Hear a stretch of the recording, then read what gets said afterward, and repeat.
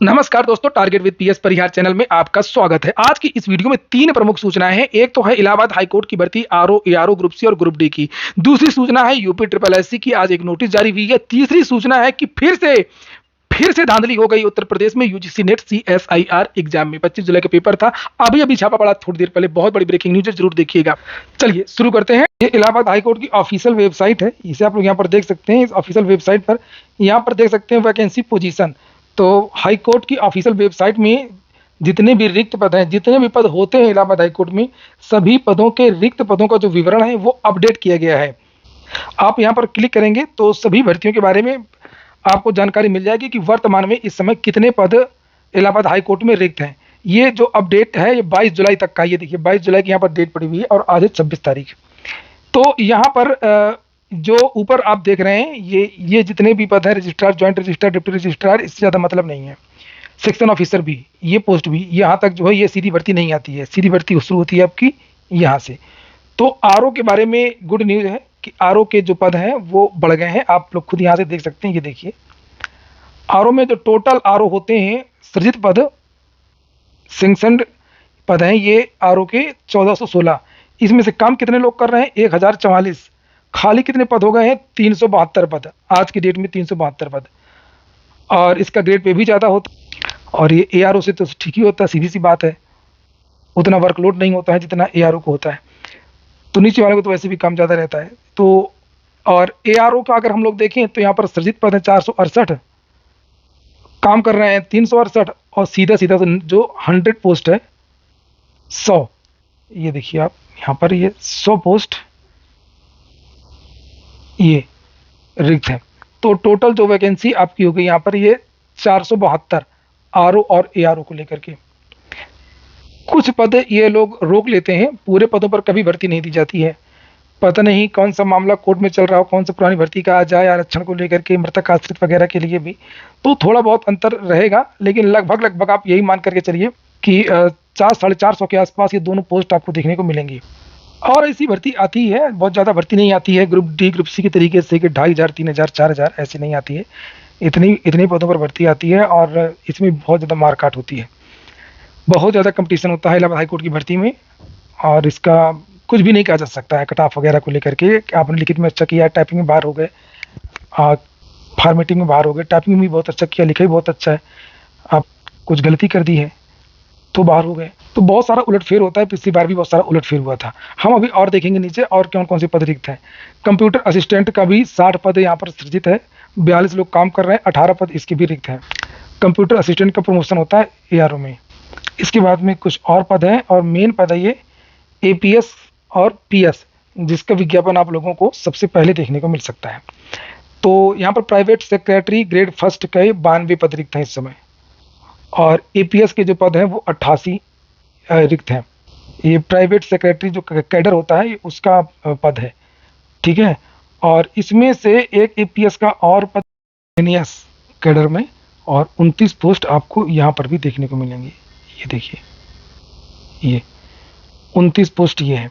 इसी तरीके से आरओ हिंदी का भी यहाँ पर ये 8 पद बताया जा रहा है और आरओ उर्दू का भी यहाँ पर 1 पोस्ट बताया जा रहा है। तो एपीएस का 29 पोस्ट इधर है मिसलेनियस में, और एपीएस का एक 88 पोस्ट ये है प्राइवेट सेक्रेटरी कैडर में। तो लगभग 117 पोस्ट हैं ये दोनों को मिला करके।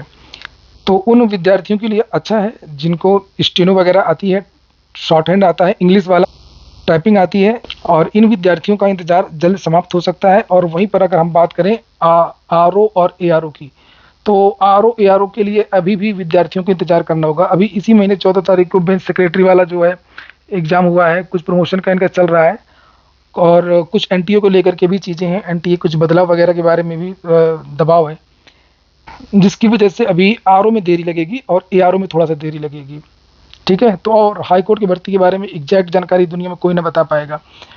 और हाँ, ये है कि विज्ञापन जब आना होगा तो उसके 3-4 दिन पहले धाधल पोस्ट वायरल होगी और जानकारियाँ मिल जाती, सबको मिल जाती है जानकारी कि भाई कल या परसों में जारी हो जाएगा विज्ञापन, तब तो हो जाएगा। लेकिन इतना पहले से किसी को नहीं पता कि किस दिन मीटिंग होगी, कब सिग्नेचर हो जाएगा, कब फाइल आगे बढ़ जाएगी। हाँ, लेकिन प्रक्रिया के अनुसार ये बताया जा सकता है कि अभी इसमें देरी लगना है। चूंकि इसके पहले अभी जो पीएस और एपीएस वाली जो वैकेंसी है उसका विज्ञापन निकलेगा, जो जानकारी मिल रही है, जो तैयारियां चल रही हैं, और उसके बाद फिर लगातार आपको विज्ञापन देखने को मिलेंगे। और ग्रुप सी ग्रुप डी की वैकेंसी भी आपको देखने को मिल सकती है R O A R O के साथ में। और अच्छी खबर यही है कि जो ये पद है ये बढ़ गए हैं। हाँ, ये वो पद नहीं है जिसके लिए एक पत्र जारी हुआ था, लगभग 1300 पद जोड़ने की बात की जा रही थी और सरकार से मंजूरी के लिए भेजा गया था। तो अभी इसमें वो पद नहीं जुड़े हैं, ये हाईकोर्ट के ही पद हैं जो पद पहले से सृजित। हाँ, ये जानकारी सही है कि ग्रुप सी और ग्रुप डी की भी तैयारी इलाहाबाद हाईकोर्ट में जो है वो चल रही है। और ऐसा भी नहीं है कि भर्ती का काम रुका हुआ, किसी भी भर्ती का काम हाईकोर्ट में रुका नहीं है। भर्तियों का काम लगातार अंदर ही अंदर चल रहा है, चाहे वो आर ओ की भर्ती का मामला हो, चाहे वो नए पदों को जोड़ने को लेकर के मामला हो, चाहे वो ग्रुप सी ग्रुप डी की भर्ती को लेकर के हो, चाहे वो पीएस और एपीएस भर्ती को लेकर के। अगली सूचना है यूपी ट्रिपल एससी की। यूपी ट्रिपल एससी ने आज एक नोटिस जारी किया, 26 जुलाई की डेट पड़ी हुई है, और ये नोटिस है जूनियर असिस्टेंट की एक वैकेंसी आई थी 62 पदों पर, अगर आपको याद आ रहा हो। लिखा है कि ये जो भर्ती है वो अवस्थापना एवं औद्योगिक विकास विभाग की थी, जिसमें 62 पद थे। इस 8 पदों को रोक दिया गया है और अब 54 पदों पर भर्ती होगी। और 54 पदों में आरक्षण वार यहाँ पर बताया गया है कि किस कैटेगरी के कितने पद हैं। जैसे 34 पोस्ट हैं टोटल, इसमें अनुसूचित जाति के 5, जनजाति के 3, ओबीसी के 7, ईडब्ल्यूएस के 5, इस तरीके से 54 पदों पर ही भर्ती होगी। तो ये इसने सूचना दी। इसके बाद में अगली जो सूचना है वो है यूजीसी नेट CSIR। एसटीएफ ने मारा छापा, बाहर हो रहा था सॉल्व। उत्तर प्रदेश में अध्यादेश जारी हो गया, लागू हो गया, नकल विरोधी, कि कोई भी नकल करेगा तो 10 साल तक की कैद, करोड़ों का जुर्माना, बहुत सारी चीजें केंद्र सरकार ने भी लागू कर दिया है। हालांकि ये एग्जाम केंद्र सरकार का है, नेट का है, यूजीसी नेट का है। बहुत सारी चीजें हो रही हैं और हो कुछ भी नहीं रहा है। नकल माफिया बेखौफ हैं, कोई बात नहीं आ रहा है। और ये अभी अभी की खबर है, यूजीसी CSIR नेट परीक्षा में सेंधमारी के मामले में यूपी एसटीएफ ने मेरठ के सुभारती यूनिवर्सिटी में छापेमारी कर बड़ा खुलासा किया है। तो ये यूनिवर्सिटी तो वैसे भी सब कोई जानता है इस यूनिवर्सिटी के बारे में, इसकी मार्कशीट इत्यादि को लेकर के, डॉक्यूमेंट्स बनाने इत्यादि को लेकर के। मेरठ का सुभारती यूनिवर्सिटी भी इस बार परीक्षा केंद्र था। जब एसटीएफ ने छापेमारी की तो बहुत बड़ा खुलासा हो गया। यूनिवर्सिटी के एग्जामिनेशन लैब के सर्वर के साथ छेड़छाड़ की गई थी। इतना ही नहीं, कंप्यूटर स्क्रीन को शेयर कर बाहर बैठे सॉल्वर्स ने पेपर को सॉल्व किया था। और एसटीएफ ने सर्वर रूम से 2 लैपटॉप में एनी डेस्क टूल के साथ जब्त किया है। एनी डेस्क आप जानते होंगे, एक ऐसा एप्लीकेशन होता है कि आपकी कंप्यूटर का स्क्रीन या मोबाइल का स्क्रीन दूसरे को दिखने लगेगा, दूसरे मोबाइल पर या दूसरे सिस्टम पर दिखने लगेगा अगर आपने वो आईपी एड्रेस अथवा एक कोड आता है, कोड दिखाई देगा। अगर आपने वो कोड बता दिया तो वो वहां से उस कोड को डाल देगा और आप केवल अपने मोबाइल को लेकर के बैठे रहिए या सिस्टम को लेकर के बैठे रहिए और वो वहीं से दूर से, कई किलोमीटर दूर से वो वहां से उसको संचालित करेगा, सैकड़ों किलोमीटर के दूर से संचालित करेगा।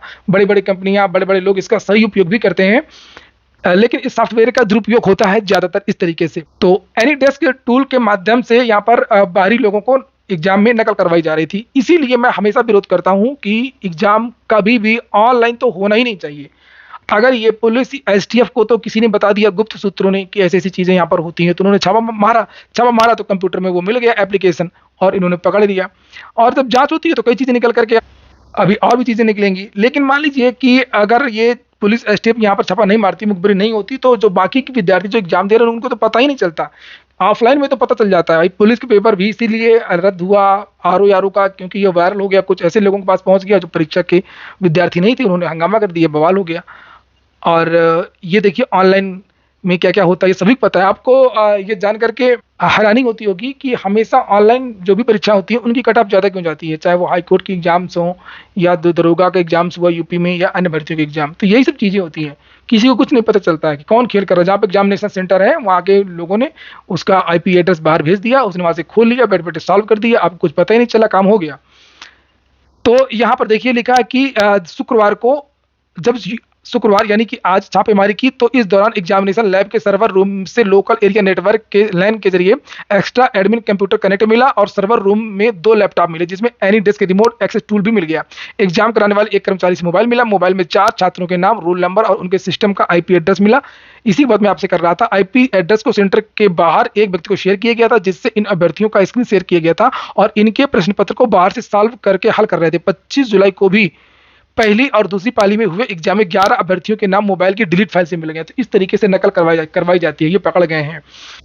और इसीलिए जो ये ऑनलाइन नहीं होना चाहिए। और सोचने वाली बात है कि देखिए कि इतनी सारी चीज़ें होने के बावजूद भी कानून भी लागू हो गया, सब कुछ हो रहा है, लेकिन जो शिक्षा माफिया, नकल माफिया वो रुक नहीं रहे हैं। पैसा, पैसा बहुत है इसमें। 10-15 हज़ार में देखते हो लेखपाल और दरोगा फँस जाते हैं, रंगे हाथों पकड़ जाते हैं। इसमें तो करोड़ों का खेला होता है, करोड़ों का, दसियों लाख का होता है। पेपर आज ही पेपर में दिया था कि नीट का पेपर जो है 60 से 65 लाख तक में बिका था। इतना रिश्वत कहाँ पर है?